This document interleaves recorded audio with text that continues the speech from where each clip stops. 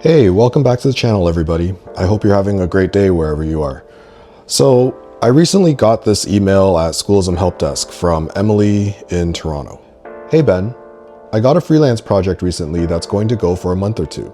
The problem is, I'm going to be away on holiday for a couple of weeks during this time, so I don't know if I can deliver in time. Can I get another artist to help me?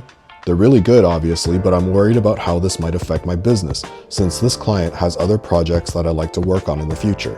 What do you think? Sincerely, Emily. Okay, so the simple answer here is whatever your contract says, that's what you gotta do. And just about all contracts have a clause that cover this exact situation. In my Schoolism class, The Business of Art, one of the sample contracts that I provide, which was an actual contract that we signed, but, with the details changed. In it, the assignment clause is Appendix A, Clause 13. If you're taking my class now or do so in the future, you can look for that. Anyway, the clause states, Way of the Rabbit, Appendix A, Clause 13, Assignment, Lending. Artist agrees that company may assign this agreement in whole or in part at any time to any party, as company shall determine in its sole discretion. Artist acknowledges and agrees that the actual production entity, which produces the picture, may be a party other than the company. Artist shall not be entitled to assign this agreement without the prior written approval of company. Okay, so that's pretty thick legalese, but in my handout, there's like a translation that hopefully makes it a bit more understandable.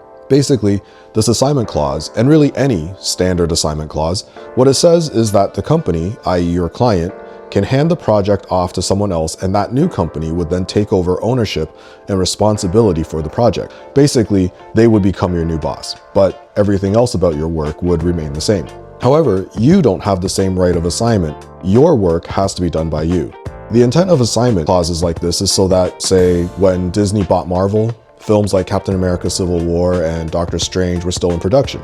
So Marvel was able to assign the responsibilities for making those movies to Disney, and production could continue running like normal. On the other hand, the contractor is brought on because of the special services that they provide, so they can't pass off those responsibilities to someone else, even if that person is qualified. Like, can you imagine what would happen if after doing one Spider-Man movie, Tom Holland just decided to assign his role to Andrew Garfield with the explanation that, hey, Andrew Garfield is a good actor and has played Spider-Man before, so it should all be fine. So, to answer your question, Emily, if you signed a contract with your client, go back through it and look for that assignment clause. If there is one, then I'm afraid you're stuck. You gotta do the work yourself. Because if you give your job to someone else, you would be in breach of contract, and if your client finds out, they could sue you because they wanted your work and not someone else's. Okay, so say you have this contract with an assignment clause, but you still want to go away.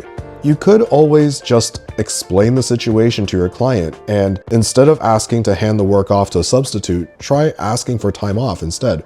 A good client will be understanding towards your needs as a worker, just like a good boss would be.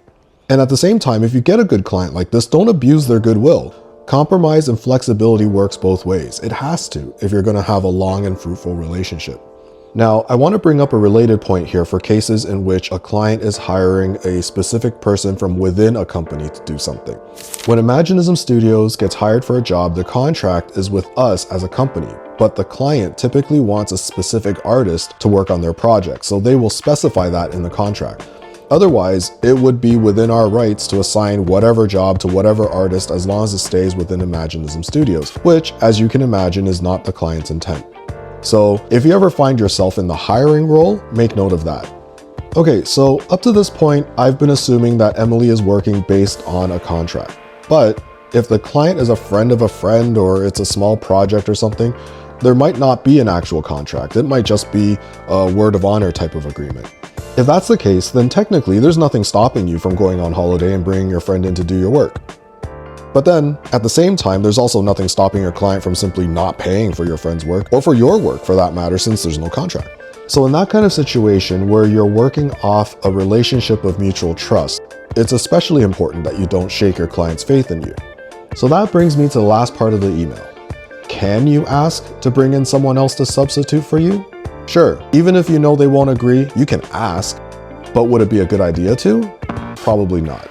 Our work, even our lives, don't run off written rules of do and do nots. Most of our social norms are unwritten understandings between us and other people. Just because you wouldn't technically be in the wrong here doesn't mean you won't have consequences, especially if the client has other work that you want to try and get hired on after your current project. Anyway, not legal advice, but practical advice.